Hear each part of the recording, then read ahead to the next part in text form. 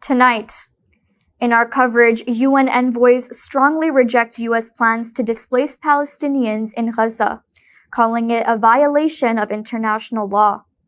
Assalamu alaikum and good evening. This is Muslim News Canada on Muslim Network TV. I'm Elia Batul.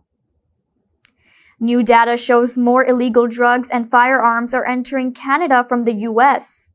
This contradicts Donald Trump's claims that Canada has not implemented sufficient measures to control the flow of fentanyl along its border. The Canada Border Services Agency reports drug seizures at the U.S.-Canada border has more than doubled in 2 years. In 2022, 3.8 million grams of illegal drugs were seized. By 2024, this had jumped to 8.3 million grams. This is an alarming 118% increase. Experts say transnational criminal networks are using the U.S. as a transit hub.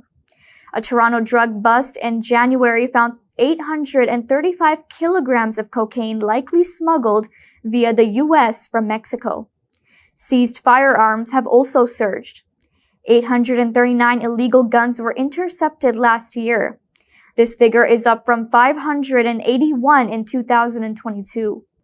Despite Trump's tariff threats over drugs and migrants, the data suggests the U.S. is the bigger source of illicit trade. Canadian officials actually seized more drugs at the border than their American counterparts. Authorities say the crisis is escalating.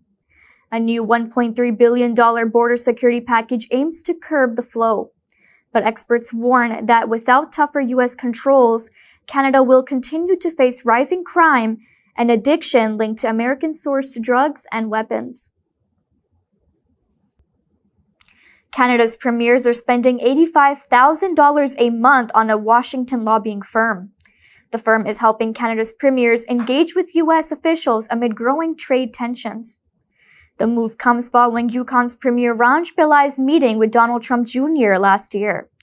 During the meeting, Pillai connected with Charles McDowell, a lobbyist and Trump family friend.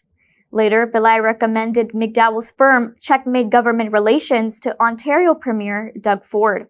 The premiers under the Council of the Federation traveled to Washington this week, aimed to preventing U.S. tariffs on Canadian goods. They met White House officials, but the results remain unclear. A senior Trump aide later tweeted a controversial remark, joking that Canada has not been accepted as the 51st U.S. state. Doubts remain whether the costly lobbying efforts will yield results. One official says the premiers had hoped to meet Trump himself, but had to settle for lower-level meetings. Premier David Eby defends the trip, saying getting any face time in Washington is a win.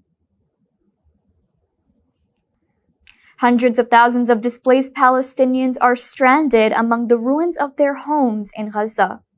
They are waiting for Israel to allow the entry of prefabricated homes stuck at the Egypt-Gaza border as agreed under the ceasefire terms. Despite ongoing negotiations, there has been little progress in providing shelter to those in need. While some humanitarian aid has reached Gaza, essential supplies, including heavy machinery and mobile housing units, remain blocked. Hamas has confirmed that it will release 3 prisoners on Saturday after discussions with truce mediators Egypt and Qatar. Israel has warned if Hamas fails to release prisoners, its forces will resume military operations in Gaza. A senior United Nations official has described the devastation in Gaza as comparable to a massive earthquake. Israeli forces have conducted overnight raids across the occupied West Bank. They have stormed the town of Hizma, northeast of Jerusalem, seizing about 20 vehicles. Palestinian media reports Israeli forces have turned a UN health center in the southern West Bank into a detention facility. In Lebanon, Israeli warplanes launched 2 airstrikes violating the ceasefire with Hezbollah. The strikes hit areas in Nabatia and Thayer districts. The Palestinian Media Office estimates the death toll to be at least 61,709. More than 111,000 have been wounded. The Arab group at the United Nations, joined by a coalition of UN ambassadors, has strongly condemned any plans to displace Palestinians in Gaza, calling it a violation of international law. Speaking at a news conference at UN headquarters today, Kuwait's envoy Tariq al-Banai, chair of the Arab group, reaffirmed their firm opposition, citing Article 49 of the Fourth Geneva Convention. Ambassadors from the Organization of Islamic Cooperation and the Non-Aligned Movement also backed the statement. They say there is a need for a united stance against forced displacement. Al-Banai says the international community must reject such actions and urges member states to stand together. He has also outlined a vision for Gaza's future, expressing hope for a thriving and independent Palestinian state. He is calling for an immediate end to violations of international law and condemns Israel's ongoing military operations in the occupied West Bank. He welcomes mediation efforts by Qatar, Egypt, and the U.S., emphasizing global support for a ceasefire that leads to lasting peace in the region. Palestine's UN envoy Riyad Mansour echoes these concerns, calling for a political resolution to end the occupation and urging the media to ensure accurate reporting. He is warning against another Nakba and reiterates that Palestinians remain committed to rebuilding Gaza and securing an independent state. He has pressed for the implementation of Resolution 2735. The resolution calls for a ceasefire in Gaza and rejects any demographic or territorial changes. He says if no serious commitment emerges in the next coming weeks, alternative measures will be considered. The Free University of Berlin has canceled an event featuring United Nations Special Rapporteur on Palestine, Francesca Albanese. University President Gunter Ziegler cites polarization and security concerns for the decision. He suggested holding the event online instead. Reports indicate that Israeli ambassador to Berlin, Ron Prosser, had urged the university to cancel the event. The move comes after Albanese recently described Israeli actions in the West Bank as criminal and warned of genocidal intent. Albanese criticizes the move.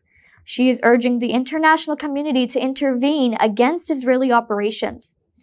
The decision has sparked debate over academic freedom and political influence in Germany. Tehran is praising billionaire Elon Musk's call to shut down US-funded media outlets critical of Iran. Musk's post on X dismissed Radio Free Europe and Voice of America as irrelevant, aligning with Iran's recent stance against opposition media. Iranian government supporters widely shared his message, calling it a victory against anti-establishment voices. While the Farsi language section of these media outlets have faced criticism for not adhering to international journalistic standards, they remain influential in Iran. Iranian authorities have targeted their reporters and many fear imprisonment if they return to the country. Meanwhile, the return of ex-judge Saeed Mortazawi, known as the Butcher of the Press, has outraged Iranian lawyers. Mortazawi is infamous for jailing journalists and linked to detainee deaths. He has been allowed to work as a lawyer. Critics say this signals the collapse of justice in Iran. Iran's currency crisis has deepened, with the rial hitting a historic low of 900,000 per US dollar. Critics blame President Masoud Pezeshkian's administration. However, government supporters blame US sanctions and Iran's decision to cut oil exports to China. Ukrainian President Volodymyr Zelenskyy wants the US to agree on a plan to stop Russia's war before peace talks with the Kremlin begin. This comes after US President Donald Trump held a 90-minute call with Russian President Vladimir Putin before speaking to Zelenskyy. Trump is expected to meet Putin in Saudi Arabia for talks, sparking concerns Ukraine might be sidelined. Zelenskyy stresses that Ukraine cannot accept any agreement made without its involvement. He plans to discuss a strategy to counter Russia with US Vice President J.D. Vance in Munich. Meanwhile, Kremlin spokesman Dmitry Peskov says Ukraine would be involved in any final negotiation. European officials are criticizing Trump's approach, calling any quick peace deal a dirty deal. EU Foreign Policy Chief Kaja Kallas says excluding Ukraine and Europe from negotiations would lead to failure. U.S. Defense Secretary Pete Hegseth defends Trump's peace efforts, stating they are not a betrayal of Kiev. Hegseth says Europe needs to take more responsibility for its own defense while reaffirming U.S. support for NATO's future. And now, as we head towards the blessed month of Ramadan 2025, we are introducing a new segment to keep you updated on the events happening in your city, called Ramadan Events, Save the State.